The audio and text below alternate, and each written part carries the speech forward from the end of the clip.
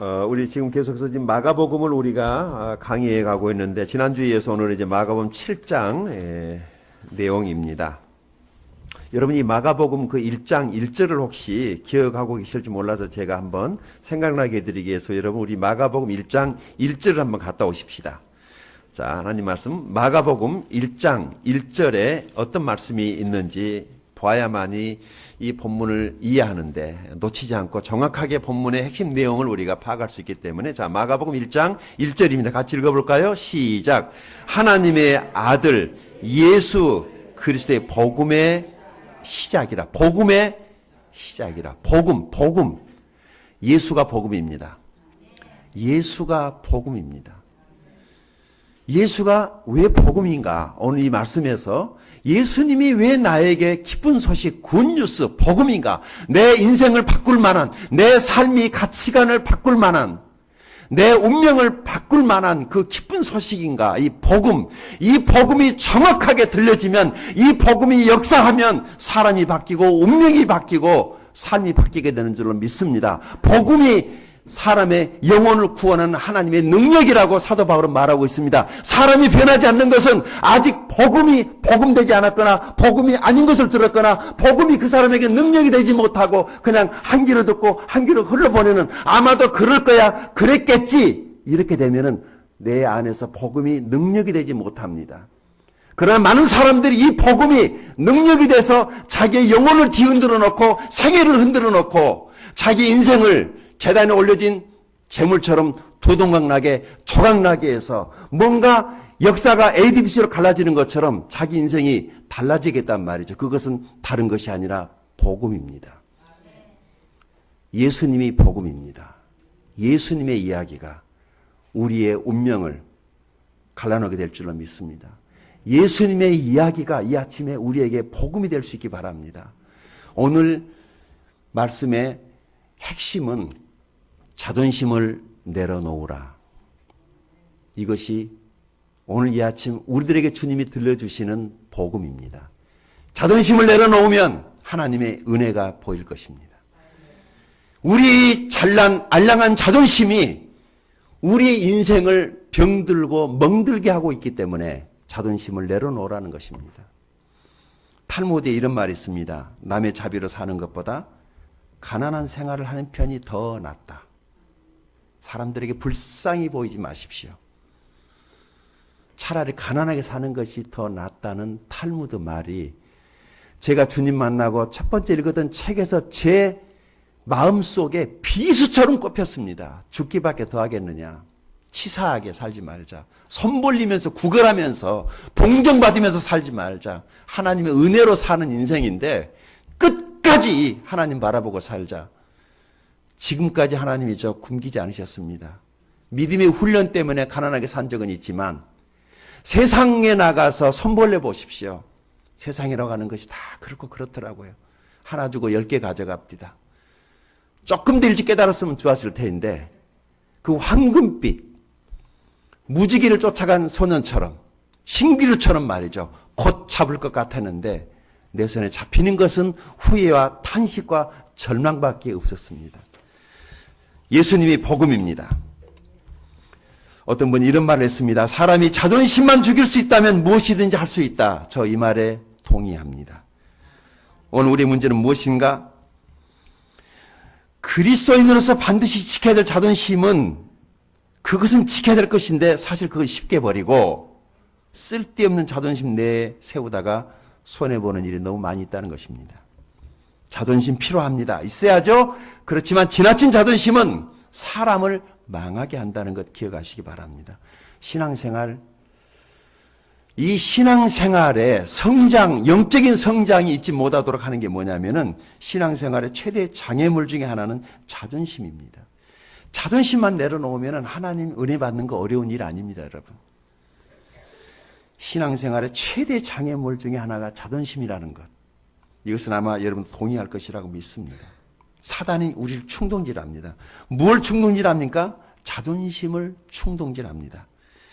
그러니까 하나님 앞에 자존심을 내려놓아야만이 비로소 하나님의 은혜를 받고 내 심령에 촉촉한 단비가 내려서 내 삶이 변하고 우리의 살아가는 삶의 모습이 변한다라고 하는 것이죠. 오늘 본문을 보게 되면은 우리가 이 자존심을 버릴 때 어떤 하나님의 은혜를 받을 수 있는지에 대한 말씀을 하고 있습니다. 세 가지를 말씀드리겠습니다. 첫째, 어떤 문제든지 그 문제를 가지고 예수님께 나오라는 것입니다. 25절 볼까요? 자, 25절 같이 한번 더 읽어보겠습니다. 시작. 이에 더러운 귀신 들린 어린 딸을 둔 한 여자가 예수의 소문을 듣고 곧 와서 그 발 아래 엎드리니. 아멘. 우리는 보니까 문제를 가지고 이렇게 하나님께 나오려기보다는 자기가 그 문제를 해결해 놓고 나오려고 하더라고요. 그럼 평생 동안 교회 못 나옵니다. 그냥 문제 있는 그대로, 더러운 그대로, 망가진 그대로, 실패한 모습 그대로, 깨어진 모습 그대로 주님 앞에 나와야 됩니다. 병들면 병원에 가고 의사를 찾아가듯이 삶에 문제가 생기면 교회로 달려 들어와서 하나님 앞에 납작 엎드려야 됩니다. 배고프면 식당에 갑니다. 왜 갑니까? 거기 먹을 음식이 있기 때문에 가지 않습니까? 머리가 아프면 약국에 갑니다. 왜 약국에 가죠? 약이 있기 때문에 그렇습니다. 심심하면 극장에 들어가더라고. 왜 극장에 갑니까? 이렇게 꽃피는 봄이 오면 유달산에 들어 올라가더라고요. 유달산에 왜 갑니까? 거기에 꽃이 있고 경치가 좋으니까 유달산에 올라갑니다. 그런데 말이죠. 마음이 아프면 어딜 가야 됩니까? 마음이 아프면 어딜 가야 됩니까? 말해 보십시오. 내 마음이 답답해요. 죽겠어요. 원통해요. 터질 것 같아요. 어딜 가야 됩니까? 안 믿는 사람은 점쟁이 찾아갑니다. 거기밖에 갈 데가 없어요. 술도 해결 안 돼요. 서울의 유명한 정치 골목에 갔더니 이런 플랜카드가 걸려 있대요. 기독교인 환영, 직분자 우대.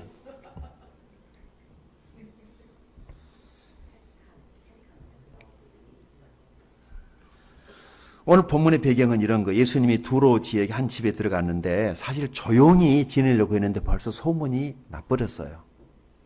워낙 유명하신 분이라 이 소문을 듣고 한 여인이 달려왔어요. 당장에 달려왔어요. 26절에 이 여자에 대해 소개하고 있죠. 기자가.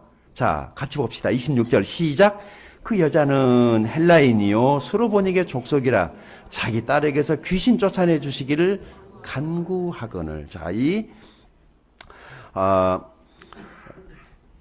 마가복음의 저자인 이 마가가 이 여자의 출신 배경에 대해서 말하고 있는 이유가 있어요. 먼저 이 여자는 헬라인이라고 말을 합니다. 헬라인, 그래 유대인이 아니라는 거죠.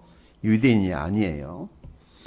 이 바울이 말했을 때 이 헬라 사람들은 지혜를 찾는다. 그러니까 이 헬라의 문화라고 하는 것은 이 눈에 보이는 사물 속에서 그 나름대로의 의미를 부여하고 하나님은 없다라고 하는 이런 유물론주의적 사고가 거기서 스토아 철학이라든지 모든 학문들이 발전했지만은 사실 똑똑한 사람일수록 예수 믿기 힘듭니다.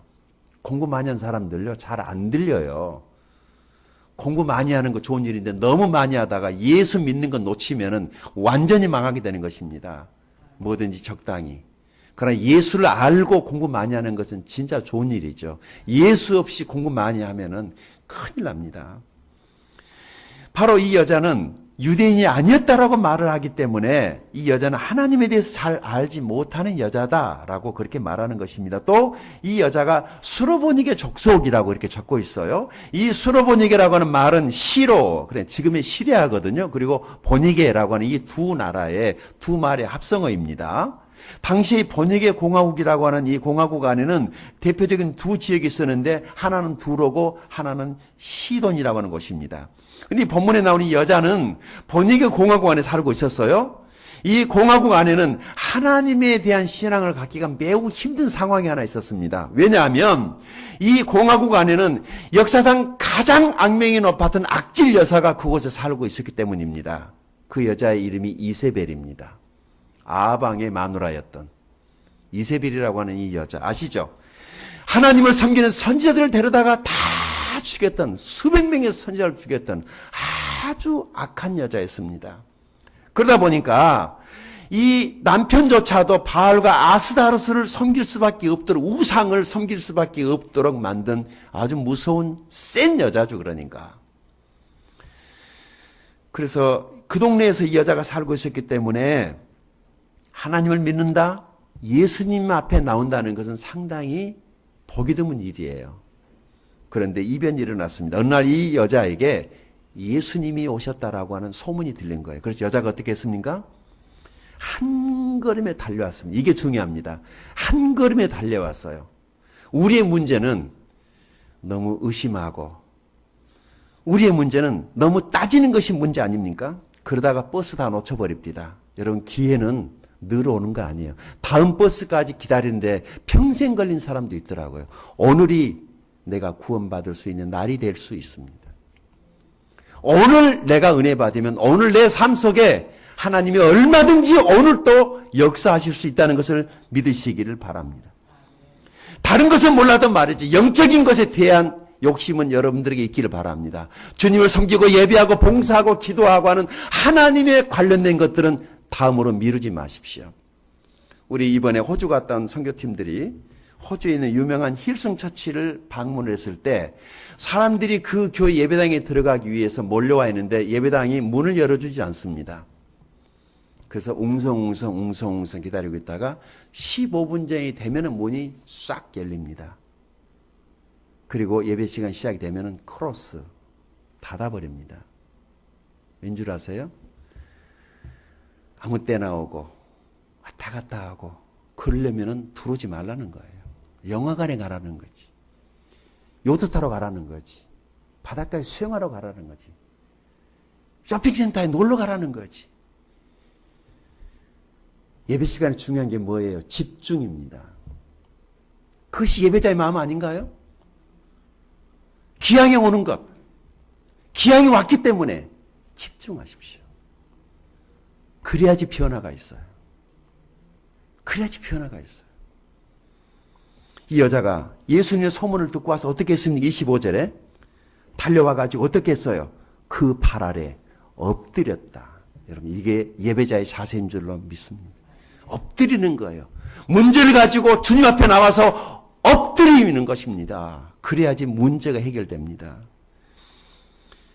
자존심 내려놓고 엎드려야 되는 거예요. 그래서 자기 딸에게서 귀신이 쫓아내 주시기를 간절히 구했다. 간절히 구했다. 자, 이 여자에게 있어서 자기 앞에 있는 문제가 더 컸을까요? 아니면 자존심이 더 컸을까요?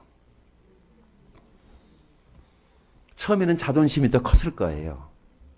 그러나 자기에게 직면에는 문제가 더 크다는 것을 느꼈기 때문에 까짓것 자존심 내려놓고 가서 주님 앞에 엎어지자 라고 마음 먹고 달려온 것입니다.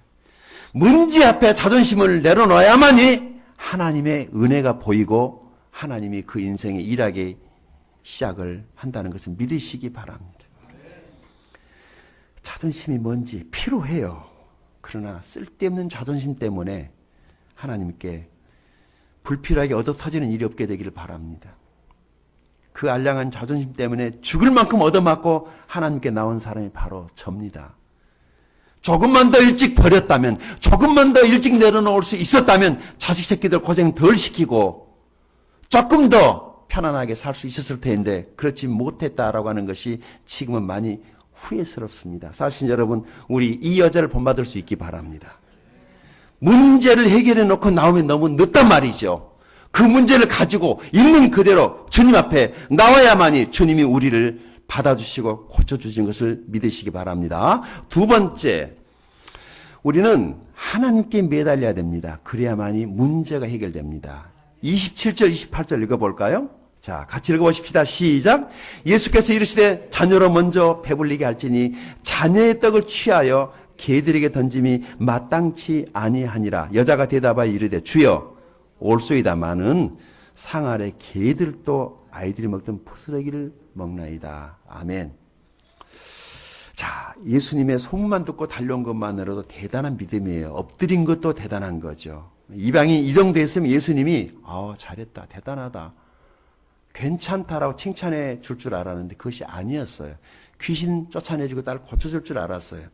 어떤 사람은요, 미신적으로 신앙을 생각하는 사람, 예수 믿는 것을 교회에 오면, 교회에 온 것만으로, 여러분 교회에 온 것은 교회에 온 것이에요. 그것이 내게 무슨 일이 일어나게 해주는 것은 아니에요.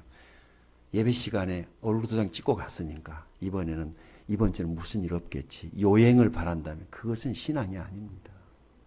오시는 것은 잘했어요. 내용이 있어야 됩니다. 신앙은 내용이 있어야 돼요. 하나님 우리의 본질을 보기를 원하세요. 그런데 뜻밖의 예수님께서 무엇이라고 말씀하십니까? 이렇게 얘기를 합니다. 27절 다시 보세요. 예수께서 이르시되 자녀로 먼저 배불리 먹게 해야 되겠다. 내 자녀가 먹어야 될 떡을 취해서 개들에게 주는 것이 마땅치 않다라고 말을 한 거예요. 이해가 되세요? 내 백성이 먼저야. 너희들 아니야. 너는 이방인이지 않느냐? 내 백성에게 줘야 될 이 생명의 떡을 취해서 너희 같은 이방인들에게 줄 필요가 뭘 있겠느냐라고 주님께서 충격적인 말을 한 것입니다. 여기서 이스라엘 백성은 자녀로, 이방인은 개로, 그렇게 지금 주님 말씀하신 것이죠. 이 여인이 지금 무슨 취급당하고 있는 거예요? 생각해 보세요. 자존심 상했을까 안 상했을까? 누가 그럽디다 호주에 갔더니 스팀 아웃이라고.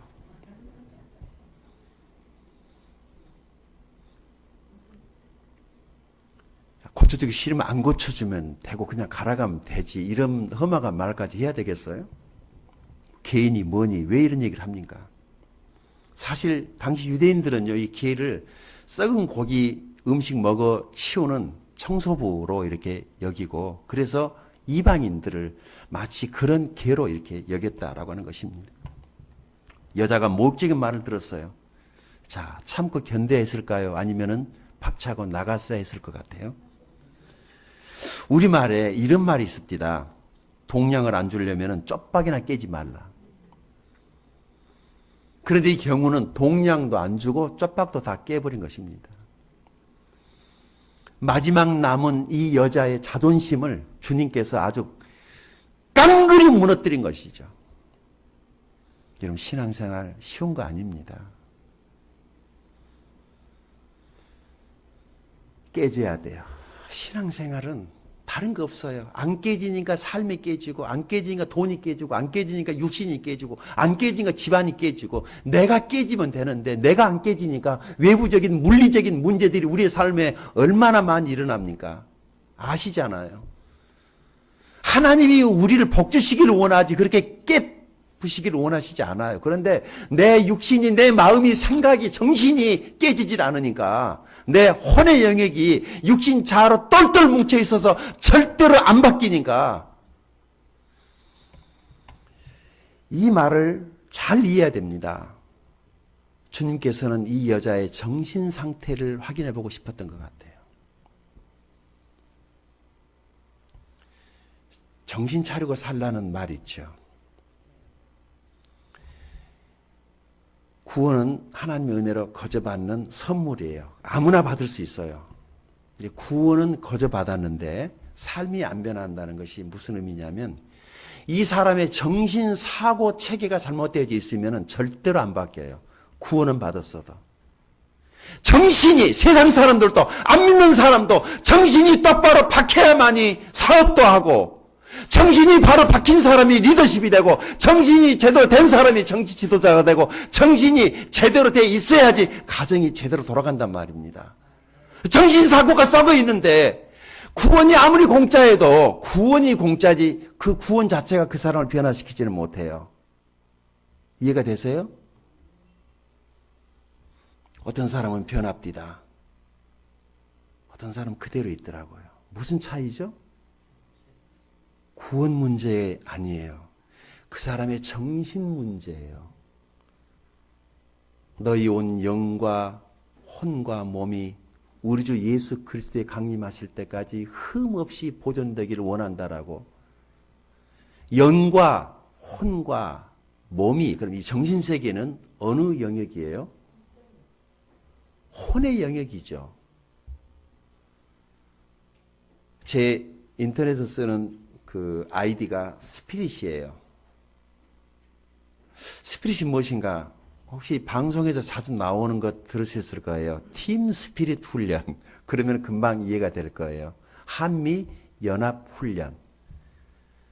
그 스피릿. 근데 훈련은 훈련인데 무슨 훈련이냐? 군인들의 정신 강화 훈련이에요.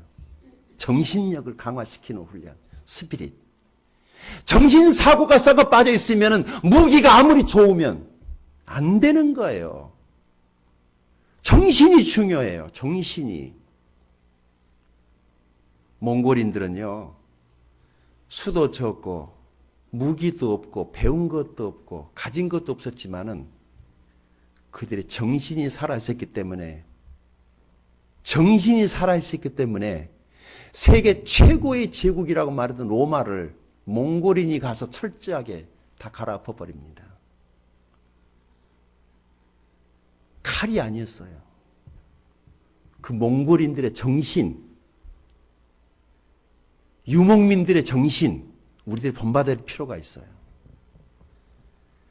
우리가 지금 뭐가 없어서 가난한 게 아니에요. 정신 때문에, 정신이 황폐되어 있기 때문에, 정신적인 문제 때문에 우리 아이들이 이렇게 많은 나라로부터의 교육 서비스, 부모들이 허리가 휘게 그렇게 자녀를 가르쳐 놨더니 우리 아이들의 정신세계를 한번 보십시오. 지금 황폐해 있는 거예요. 주님은 이 여자가 어떤 정신사고를 가지고 살고 있는지를 알고 싶었던 것 같아요. 그랬더니 이 여자가 이런 모욕적인 말을 들었을 때 여자가 어떻게 반응을 합니까? 이렇게 말을 합니다.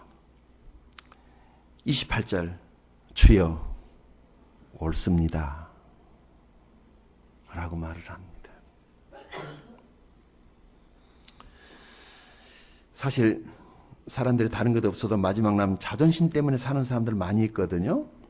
과거 우리나라에서도 양반들은 굶어도 나는 양반이다. 그래서 배가 고파도 어험 하면서 배 안 고픈 척. 김명희 선생님 말씀처럼 자세가 중요했단 말이에요. 여자들은요, 나는 사대부 집안에, 뼈대 있는 집안의 자식이다. 그래서 밖에 나가서 함부로 잘 웃지도 않았어. 희죽거리면 예쁘다고.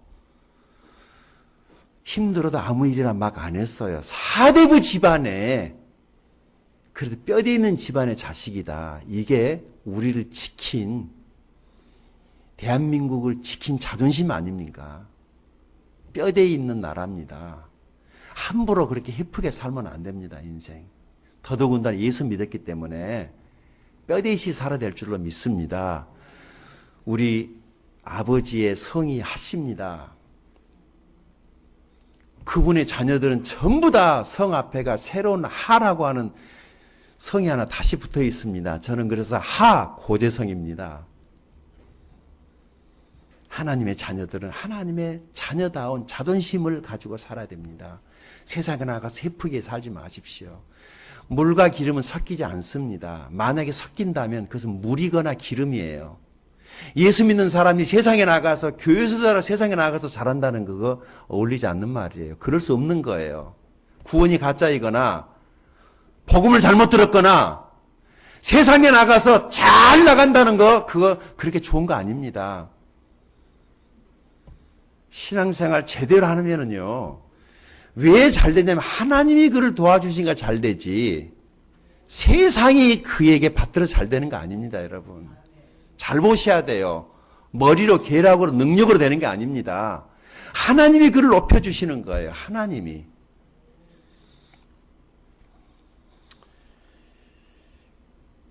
자존심.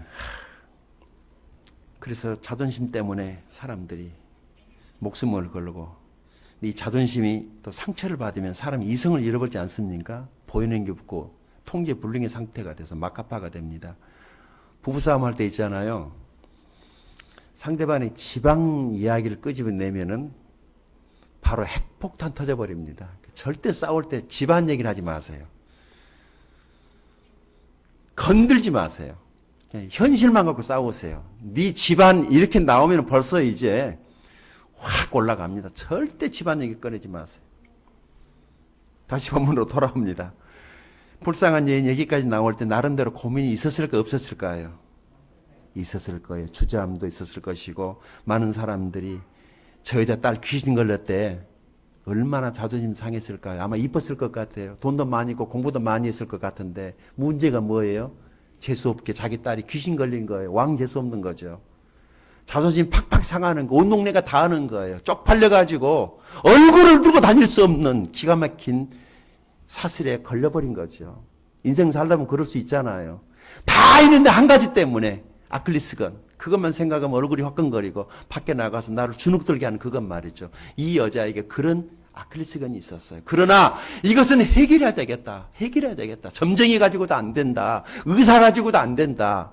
귀신 고치는 게 안 되잖아요. 그 자존심 다 내려놓고 왔는데 많은 유대인들 사이를 비집고 들어올 때 수많은 사람들이 이 여자가 예수님께 나아가는 것을 방해했을 거예요. 길 열어준 게 아니라. 피부색도 다르고 혈통도 다르고. 근데 여자가 예수님이 이 하시는 자존심 상하는 얘기를 듣고 참 반응을 잘해요. 다시 한번 보십시다. 28절. 우리가 같이 한번 읽어보십시다. 28절 시작. 여자가 대답하여 이르되 주여 올소이다마는 상 아래 개들도 아이들이 먹던 부스러기를 먹나이다.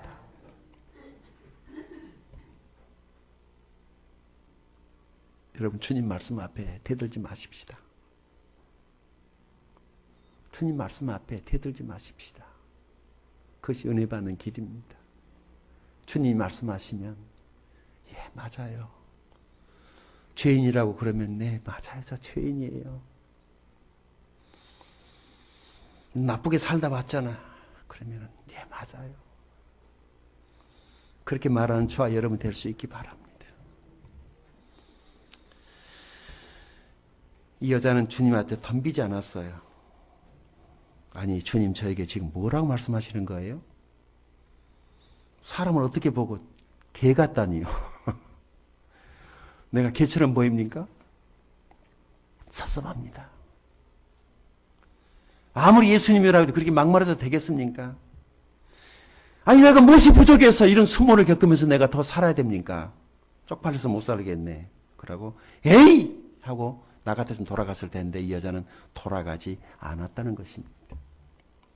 매달렸습니다. 자존심은 그게 별거라고요. 내려놨어요. 인정했습니다. 우리도 그럴 수 있기 바랍니다. 그러면 길이 보이고 은혜가 보입니다. 자꾸 따지고 자꾸 감추고 아닌 척하니까 문제는 여전히 그대로 있고 한 달 전에 그 문제가 지금도 있고 1년 전에 그 문제가 지금도 있고 한치의 삶의 발전이 없이 먹은 것은 나이밖에 없네. 찌는 것은 살밖에 없고 어떻게? 오늘 내려놓으십시다. 안 되는 것 하나님 다 아시잖아요. 주님께 왔다면 주님께 매달려야 됩니다. 그래야 문제가 해결됩니다. 주님께 매달린다는 것은 기도한다는 것이고요. 기도한다는 것은 자기 변화를 위해서 자기를 드린다는 말입니다, 여러분. 응답이 안 되면 어때요? 내가 변하면 되죠. 그게 응답 아닌가요? 근데 우리는 응답으로만 생각을 해요. 꼭 그렇게 돼야 된다는 거예요. 그러니까 하다가 지쳐서 기도하러 안 오시죠. 여러분 기도하면 무슨 일이 일어나면은 내가 변합니다. 그래서 기도가 좋은 것입니다. 사단이요 제일 무서워하는 게 기도예요. 왜냐하면은 내가 기도하면 내가 변하잖아요. 그럼 지가 지니까 별 꼼수를 다 부려가지고 우리를 기도하지 못하게 해요. 바쁘잖아. 늦게 잤잖아. 내일 또 일해야 되잖아.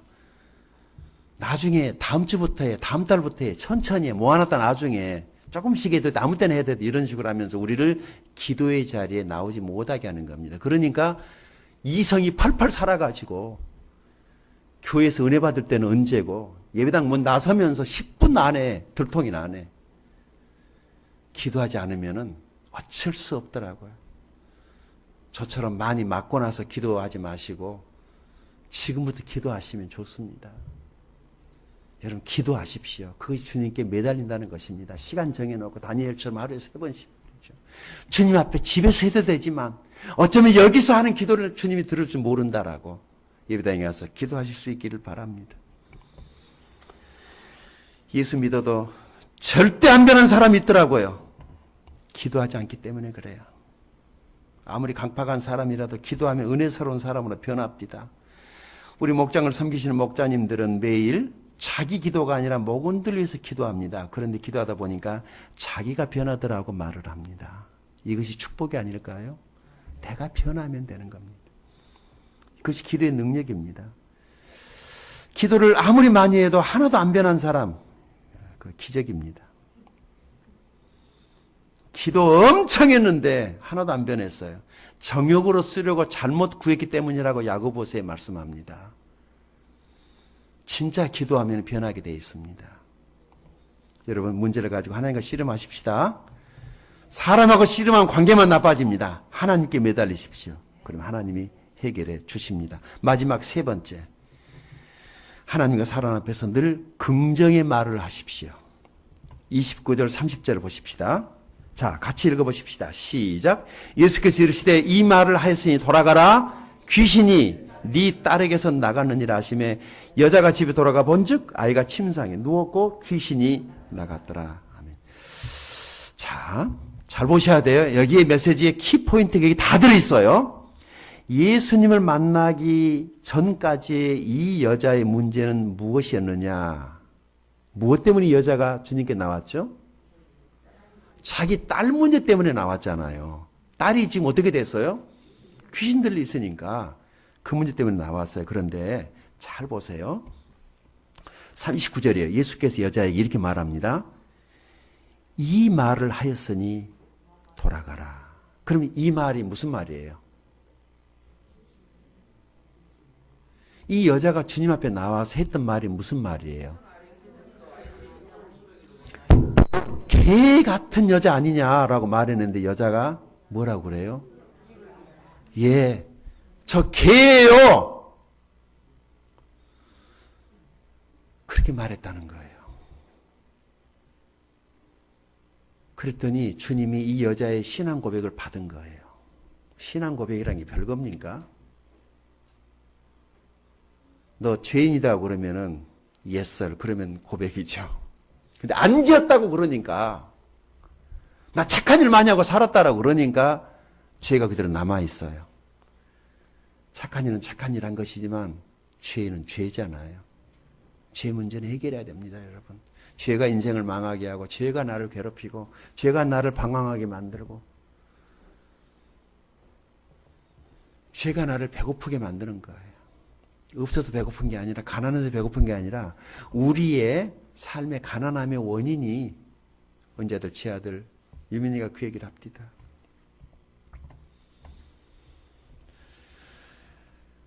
그래서 내가 너 목사 아들 맞다 그래서 정확하게 본 거죠. 죄는 우리에게서 가장 소중한 것을 가져가 버립니다. 에덴에서 하나님이 사람을 자기 형상대로 만들어 본 사람을 잃어버리고 사람은 하나님을 잃어버립니다. 죄는 상실을 가져옵니다. 죄는 무엇인가를 상실하게 건강을 잃어버리게 만들거나 돈을 잃어버리게 만들거나 사람을 잃어버리게 만들거나 죄는 상실을 가져옵니다. 원래는 그렇지 않았어요. 그러나 죄가 들어오면서 하나님은 사람을 잃어버리고 사람은 하나님을 잃어버리고 사람은 생명을 잃어버리고 영생을 잃어버리고 에덴을 잃어버리고 평안을 잃어버리고 기쁨을 잃어버리고 사실 우리가 왜 이렇게 불안하고 초조하게 사냐면 다 죄 때문 아닌가요? 죄 문제만 해결되면 당당해질 수 있습니다. 죄 때문에 약 먹어야 되고 술 먹어야 되고 또 안주 먹어야 되고 병원 가야 되고 계속 반복되는 거예요. 죄예요, 죄.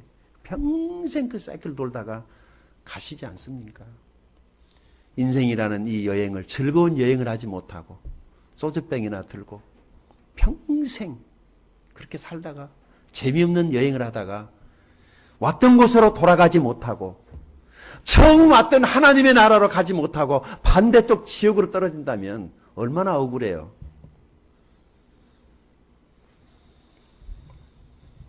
잘 보세요. 예수님이 개라고 했을 때 여자가 뭐라고 그랬냐면 주여 옳습니다. 그러나 상 아래 개들도 부스러기를 먹고 삽니다. 그렇게 말을 했더니 주님께서 네가 그 말을 했기 때문에 네 집에 가면 네 딸이 다 고쳐져 있을 거야 라고 말을 한 거예요. 그러면은 이 여자가 평소에 어떤 말을 도대체 하고 살았을까 궁금하지 않으세요? 이 딸의 여자가 귀신 들린 원인이 무엇이었을까 생각해 볼 필요가 있지 않나요? 만약 예수님이 이 여자의 딸 귀신만 쫓아내줬다면은 이 여자가 집에 돌아가면은 고쳐진 딸이 다시 또 귀신 들려요. 왜냐하면 이 여자의 말에 문제가 있었던 거예요. 평소에. 여러분, 그래서 말 조심해야 된다는 것이 어떤 말을 조심해야 된다는 말이냐면은 이 여자의 언어 생활에는 언제나 부정적 언어가 깔려 있었을 거라는 거죠. 난 안 될 거야. 안 될 거야. 안 돼. 또 있죠. 부정적인 말뿐만이 아니라 비관적인 말, 비판적인 말, 패배적인 말, 원망하는 말. 이 여인의 말 속에는 희망이 보이지 않고 언제나 절망과 후회, 낙심, 포기, 그리고 없다. 나는 없으니까, 못 배웠으니까, 그런 집에 태어났으니까, 나는 이런 남자 만나 사니까, 나는 이런 동네에서 사니까 어쩔 수 없잖아 라고 하는 이런 절망적인 포기의 말 때문에 이 자녀에게 심각한 문제가 생겼던 것입니다. 여러분의 언어를 한번 생각해 볼 수 있기 바랍니다.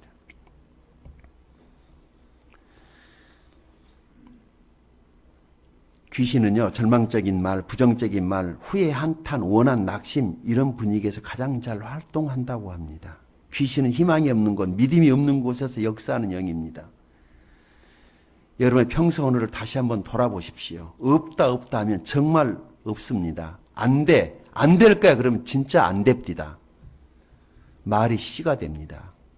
그래서 가난한 사람들 특징이 그거예요. 늘 보면 징징거려요. 제가 지난주에 제 사진 하나 보내드렸는데 봤나요? 어떤 것은 굳이 물어볼 필요가 없다. 왜냐하면 그것은 그 사람 얼굴에 써 있기 때문에. 얼굴에 빈티가 쫙 깔린 사람은 아무리 부자 흉내를 내려고 그래도 얼굴에 써져 있는 거 어떡해.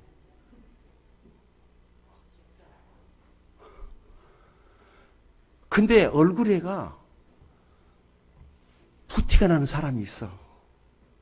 가난한데 마음이 부자거든. 마음이 부자거든. 근데 실제로 부자인데도요, 얼굴에가 빈티가 아주 찍찍거리는 사람이 있어요. 찍찍거렸다. 이거 우리 동네 말인데. 찍찍거려 아주. 빈티가. 마음 문제 아니에요? 개들이요, 투견장에서 싸움을 할 때, 처음에는요, 막 서로 물어뜯을 것처럼 우르릉거리고 난리를 치다가, 투견장 안에서 심판이 주인에게 줄을 놓으라고 신호를 딱 보내면은 두 마리 개가 팡 하면서 한바탕 붙고 떨어졌다가 그 다음번에 서로 오릉 하고 쳐다보고 있을 때 심판들이 채점을 하는 거예요. 개 꼬리를 보고, 개 표정을 보고, 침을 질질 흘린다든지, 뒷걸음친다든지, 꼬리가 살짝 내려온다든지, 친 거예요. 정신이 살아있어야 된다고요. 상황이 중요한 것이 아니라, 내가 벌써 무슨 일을 하려는데 이게 잘 될까? 벌써 져가지고 있잖아요. 되겠어요? 안 돼요. 자기가 벌써 절망 가운데 일주일 시작을 하는데 잘 될 거야 라고 희망을 가지고 믿습니다. 아니, 하나님 저는 도와주세요라고 이렇게 출발해야 되는데 월요일부터 이거 잘 될까? 이거 잘 돼야 될 텐데. 잘 돼야 될 텐데. 안 되는 거예요. 지금 생각이 지금 벌써 져 있잖아요. 여러분, 예수 믿는 사람에게 뭐 있겠어? 하나님에 대한 믿음 하나 가지고 사는 거 아니에요?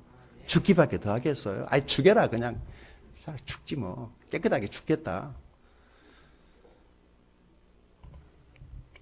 안 죽이시더라고. 안 죽더라고요. 제 15년 동안 어떻게 살았는가 여러분이 증인이시잖아요. 하나님 안 죽이시더라고요. 죽을 것 같아 보이기만 했어요. 이러다가 끝나는 것 아닌가. 늘 하루도 편하게. 그렇지만 아직까지 안 죽고 살아있잖아요. 저 어디 가면은요, 사방돼서 막 자리를 내죠. 왠 줄 아세요? 제가 좀 부티나게 보이잖아요. 돈이 많이 있는 줄 알고 막 자리를 여기도 앉으시고, 그 나중에 처음에는 못 모르고 앉았다가, 아유, 뜨거 했습니다. 다 돈 내는 자리더라고. 이 멍청한 인간이 그것도 모르고 그냥 가서 설프다고 앉았더니 그게 다 뭐 이사 자리, 뭔 자리, 그게 다 돈 내는 자리. 지금 당최. 사방에서 콜에도 노. 바쁘거든요. 이렇게 하면서 그냥 속에서 막 천불만불이 나고 집에 가면 숨쉬기 싫은데 밖에서 징징거리면 뭐 하겠어요. 내가 불쌍히 여긴다고 누가 돈 갖다 주는 것도 아닌데 그래서 밖에 나가면요 당당한 거예요. 그냥 그러다 보니까 좋은 사람도 하나님 보내주시고 그렇더라고요. 그리고 10번 밀리다가 한 번 하나님이 또 주시면 역전이 되고 그럽디다. 20번 밀리다가도 하나님이 또 한 번 도와주시면은 또 역전하고 그럽디다. 그러니까 오늘 지고 있다고 낙심할 거 없어요. 역전골이라는 게 있잖아요. 2대1로 지고 있다고 생각하지 마세요. 여러분 축구하는 사람들, 경기하는 사람들의 데이터가 요즘에 과학적으로 분석되고 있잖아요. 이 세계 명문 축구팀의 감독들이 조사한 게 하나가 있는데 그게 뭐냐면은 왜 그들이 늘 1위를 하고 있는가 봤더니요. 이 선수들이 고급스러운 선수들을 그들이 영입을 하잖아요. 굉장히 많은 몸값을 주고. 그런데 이들이 왜 좋은 선수냐면은 역량이 뛰어나서도 좋은 선수지만은요. 그들이 정신이 좋다는 거예요. 예를 들어서 2대1로 지고 있어도 그들은 전혀 요동하지 않는데요. 왜냐하면 2골 더 넣으면 되니까. 시간이 5분 전 남아있어도 흔들리지 않는데요. 2골만 넣으면 되니까. 여유롭다는 거예요. 근데 맨날 지고 꼴찌하는 팀들은 봤더니요. 이기면서도 걱정하고 있대요. 지금 이기고 있는데도 걱정부터 해. 오면 저쪽에 또 넘어지면 어떡하나. 지금 막 쥐레 겁먹어가지고, 그냥 지버리지. 오금이 걸려가지고. 근데 이기는 사람들은 마음속에, 정신 속에, 좋은 선수들은 정신이 좋다는 거예요. 정신이. 그래서 흔히 기싸움이란 말이 있잖아요. 기싸움. 이 여자가 평소에 잘못된 언어 생활을 하다가 자기 딸에게 문제가 온 거예요. 이 여자가 주님 만나가지고 무엇이 고쳐졌어요? 언어가 긍정의 언어로 바뀐 거예요. 무슨 일이 생겼죠? 자기 집에? 자, 그러면 지금 예수님이 이 귀신 들린 딸을 고쳐주기 위해서 안수했나요? 귀신아 나가라, 내가 예수 그리스도의 이름을 명하노니 지금 나갈지어다 라고 소리 질렀나요? 안수도 안 했네. 소리도 안 질렀어요. 그런데 귀신이 나갔어요. 자, 누가 일했습니까? 아니에요. 그 여자가 일했어요. 그러니까 문제도 여자에게 있었지만 해답도 여자에게 있었어요. 거의 모든 인생 문제가 다 그래요. 해답이 나에게 있습니다. 다른 데서 찾지 마십시오. 문제의 그 원인을. 내가 문제 제공을 했을 수가 있어요. 내 새끼가 그렇게 절망적으로 사는 이유가 그렇게 등신처럼 사람들 앞에 잘나 보이지 못하고 그렇게 사는 것이 내 책임이다라고 말할 수 있어야지 내 자식이 고쳐져요. 내가 너 위해서 이렇게 해주고 이렇게 해줬는데 자식들에게 원망하지 마십시오. 자녀 망가지고 잘못된 것은 고스란히 부모 책임이에요. 내 입에서 나간 말이 내 자식들을 다 망가뜨렸는지 몰라요. 자신에게 물어보십시오. 부모에게 받은 영향이 제일 크다고 말하지 않습니까? 그게 좋은 영향이든 나쁜 영향이든 우리의 역할이 큰 겁니다. 막 살지 마세요. 함부로 살지 마세요. 막말하지 마세요. 세상 사람들을 꼼짝 부리지 마세요. 믿음의 사람으로의 모습을 보여주세요. 아무리 상황이 힘들어도 예수 믿는 사람들이잖아요. 그럼 우리 자녀 잘 될 것입니다. 내가 고쳐지면 내 자녀가 잘 되게 된다는 것입니다. 이것이 복음 아닌가요? 우리 예수 믿는 사람들이 오늘 이런 복음의 주인이신 예수님을 우리 마음에 품고 있으니 얼마든지 희망이 있단 말이죠. 기도하겠습니다.